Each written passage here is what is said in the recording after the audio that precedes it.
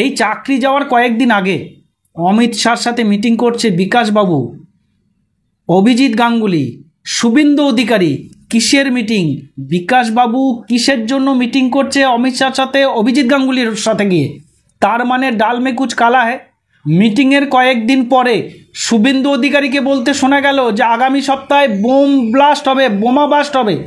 সেই বোমা ব্লাস্ট হলো, 26,000 ছেলের চাকরি গেল। অর্থাৎ এই জিনিসগুলো সম্পূর্ণ পূর্ব পরিকল্পিত এবং ষড়যন্ত্র। ওনাকে 24 ইলেকশনের সময় উনি পূর্ব মেদিনীপুরের এমপি, মানে আমাদের বিচারপতি, তিনি বিচারপতি থেকে ভলেন্টারি সার্ভিস নিয়ে বিজেপির হয়ে পার্টিতে দাঁড়িয়েছে, বিজেপির হয়ে ইলেকশন লড়েছে। অর্থাৎ তার কথা বিজেপির কথা এক। এবং সেই ইলেকশন ক্যাম্পেনিংয়ের প্রচারে তার ভাষণে পরিষ্কারভাবে তিনি বলেছিলেন, আমি 26,000 লোকের চাকরি খেয়ে এখানে এসেছি, তারা একটু একটু বেঁচে আছে, এরপরে সুপ্রিম কোর্টের রায়ে পুরোটা মরবে। অর্থাৎ তিনি চাকরি খেয়ে এখানে এসেছেন, কথাটা তিনি নিজে মুখে বলেছেন।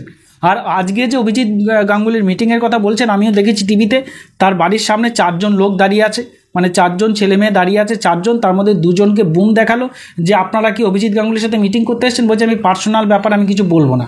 2 জন পালিয়ে গেল আর 2 জন একটা বলছে। অর্থাৎ বিজেপির সাজিয়ে দেওয়া কয়েকজন লোক, যেগুলো বিজেপির প্রোপাগান্ডা তৈরি করার জন্য, একে অভিজিৎ গাঙ্গুলিকে আবার পুনরায় ভগবান বানানোর জন্য, বা ভিলেন থেকে কিছুটা যাতে তার মুখটা যাতে কালোটা যাতে কিছুটা সাদা হয়, সেই জন্য কিছু লোক তার বাড়িতে পাঠিয়েছে। সেই পাঠিয়ে আবার তারা এখন কি একটা নাটক করতে যাবে শুনছি, যে তারা শিক্ষা দপ্তরে যাবে তাদেরকে নিয়ে, যে তারা কথা বলবে। এটা শিক্ষা দপ্তর করবে এটা কি? আর তিনি যদি এটা যোগ্য তালিকা যদি করে দিতে পারতেন, যোগ্য অযোগ্য, তাহলে এতদিন কি উনি ঘাস ছিটছিলেন বসে? না ততদিন ভাবছিলেন যে আমি কবে বিজেপিতে যাব, তারপরে গিয়ে আমি এই কথাটা বলবো? উনি যখন ক্ষমতায় যখন ছিলেন, যখন বিচারপতি ছিলেন, তখন এই পোঁত পাকামা কথাগুলো কেন বলেননি? এখন এই সমস্ত মাতব্বরি কথা বলে মিডিয়ায় পাবলিসিটি তুলে ঘোলা জলে মাছ ধরছে একটা বদমাশ বজ্জাত লোক, যে লোকটা বিচারপতির নামে কলঙ্ক, সমগ্র বিচারপতির গালে চুনকালি মাখিয়ে দিয়েছে। বিচারপতিদের প্রতি মানুষের আস্থা চলে যাচ্ছে এই লোকটার জন্য। বিচারপতি থাকাকালীন অবস্থায় কি বিজেপিতে জয়েন করে? মানে বিজেপির সাথে যে বিচারপতিদের যোগ আছে সেটা রঞ্জন গগৈকে দেখে আমরা বুঝতে পেরেছি। রঞ্জন গগৈ বিচারপতি ছিলেন যখন সুপ্রিম কোর্টের চিফ জাস্টিস ছিলেন, থাকার পরে তিনি একটা ওই এনআরসি লাগিয়ে দিল, আসামের এনআরসি, কয়েক কোটি মানুষকে বেনাগরিক করে দিল। এনআরসির এই রায়টা দেওয়ার পরে তার প্রমোশন হলো। কি প্রমোশন? যে বিচারপতি থেকে তিনি ডাইরেক্ট চলে গেলেন গোয়ায় রাজ্যসভা, বিজেপির রাজ্যসভা হয়ে গেল। এই অভিজিৎ গাঙ্গুলি 26,000 বেকার ছেলে মেয়ে চাকরি খাওয়ার পরে তাকে বিজেপি থেকে গিফট দিল। কি গিফট? না লোকসভার এমপি। আবার এখানে দেখছি যে আমাদের যে বিচারপতি, সুপ্রিম কোর্টের বিচারপতি, তার আগামী 13 তারিখে তার রিটায়ারমেন্ট। তার কয়েকদিন আগে দেখছি মোদির সাথে কথা বললো, এবং মোদির সাথে কথা বলার পরেই এই 26,000 ছেলে চাকরি গেল। তার মানে তিনিও রাজ্যসভায় হবে, এটা আমরা ধরে নিতে খুব একটা আমাদের ভুল হচ্ছে না। কারণ মোদির সাথে তার কী দরকার, অমিত শাহের সাথে তার কী দরকার থাকতে পারে? একজন সুপ্রিম কোর্টের বিচারপতির কোনো দরকার থাকতে পারে না রাজনৈতিক ব্যক্তিত্বের সাথে। অতএব যখন এই রায় বেরিয়েছে, এবং এর সাথে নিশ্চয়ই কোনো এমপির যোগ আছে, মানে চাকরি যারা খাবে, যারা বাঙালিকে বিপদগ্রস্ত করতে পারবে, তারাই প্রমোশন পাবে, আপনার রিটায়ারমেন্ট, তারা এমপির পদ পাবে, হয় লোকসভা বা রাজ্যসভা। দেখুন এখানে যে চাকরি গেল, চাকরিটা তো তৃণমূল কংগ্রেসের জন্য যায়নি, রাজ্য সরকারের জন্য যায়নি। এই রাজ্য সরকার প্রত্যেকটা মানুষকে চাকরি দিয়েছে যোগ্য তালিকার ভিত্তিতে। এবার একটা অভিযোগ বিকাশবাবু করেছে, মানে কেস বিকাশ করেছে, যে এখানে অনৈতিকভাবে চাকরি পেয়েছে। যদিও তাদের আমলে এরকম প্রচুর 2009 সালে প্রায় 50,000 অনৈতিকভাবে চাকরি পেয়েছে। তাদের ত্রিপুরায় 10,323 জন, মানে পুরো প্যানেল, ত্রিপুরা রাজ্যের পুরো প্যানেলটাই বাতিল হয়ে গেছে।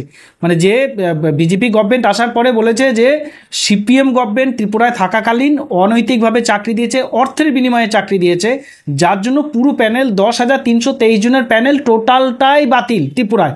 সেখানে কেস করতে যায় না। এখানে পশ্চিমবাংলার মানুষদের বাচ্চা ছেলে মেয়েগুলো যারা চাকরি করছে, তাদের চাকরি খাওয়ার জন্য বিজেপি আর সিপিএম একত্রিতভাবে জয়েন্ট ভেঞ্চারে এই 26,000 ছেলে মেয়ের চাকরি খেয়েছে। তাদের দাবি, যেখানে অনৈতিকভাবে চাকরি হয়েছে, এখানে সাদা খাতায় চাকরি হয়েছে, যদিও তারা চিরকুটে চাকরি হয়েছে বলেনি, কারণ সিপিএমের সময় চিরকুটে চাকরি হতো। এখানে যদি আমি মেনে নিলাম যে চাকরি হয়েছে, সুপ্রিম কোর্ট সেটাকে একটা ব্যাখ্যাও দিয়েছে যে 6,000 মতো লোক যারা পাস করেনি বা তাদের নম্বর বাড়ানো হয়েছে, এরকম একটা অভিযোগ তাদের বিরুদ্ধে এসছে। প্রমাণপত্র কী আছে সিবিআই জানে, সুপ্রিম কোর্ট জানে, সেই প্রমাণ এখনও জনসমক্ষে আসেনি। সেই 26,000 ওএমআর সিট আসেনি, তার ডিটেলস আসেনি। অর্থাৎ কারোর বিরুদ্ধে অভিযোগের ভিত্তিতে 6,000 লোককে দোষী সাব্যস্ত বানানো হয়েছে। কিন্তু প্রশ্ন হলো এটা যে 26,000-এর মধ্যে 6,000 যদি অযোগ্য হয়েও থাকে, তাহলে পুরো প্যানেলটা বাতিল কিভাবে হলো? তার মানে বিচারপতি তিনি জানতেন যে 6,000 লোক এখানে অনৈতিকভাবে পড়েছে, মানে সিবিআই এবং বিচারপতির কথা অনুযায়ী, তাহলে বাকি 20,000 বা 19,000 সামথিং সেটা তো যোগ্য প্রার্থী, তাহলে তাদের চাকরিটা বাতিল কিভাবে হলো? মমতা বন্দ্যোপাধ্যায় অভিভাবকের মতো প্রত্যেকটা বাচ্চাদেরকে ডেকে তাদের সাথে মিটিং করে তাদেরকে আশ্বস্ত করেছেন এবং এই সরকার এবং এই শাসক দল তাদের পাশে রয়েছেন। অনৈতিকভাবে জোর করে ক্ষমতার বলে এইভাবে এত লোকের চাকরি যে গেছে, মমতা বন্দ্যোপাধ্যায় তার জন্য আইনতভাবে যা ব্যবস্থা নেওয়ার, আইনের দরজা দিয়ে সেই ব্যবস্থা নিয়ে তাদের চাকরি ফিরিয়ে দেবে সেটাও তিনি প্রতিশ্রুতি দিয়েছেন। অর্থাৎ এই জায়গাটা শুধুমাত্র পশ্চিমবঙ্গকে বিভিন্নভাবে বঞ্চিত করার জন্য, বাম এবং এই বিজেপি মিলিয়ে পশ্চিমবঙ্গকে বিভিন্নভাবে বঞ্চিত করার জন্য, আর্থিকভাবে বঞ্চিত, সামাজিকভাবে বঞ্চিত, হেলথের বিষয়ে বঞ্চিত, স্বাস্থ্যের ক্ষেত্রে বঞ্চিত এবং শিক্ষার ক্ষেত্রে বঞ্চিত করার জন্য এরাই ষড়যন্ত্র করে এই জিনিসটা করেছে।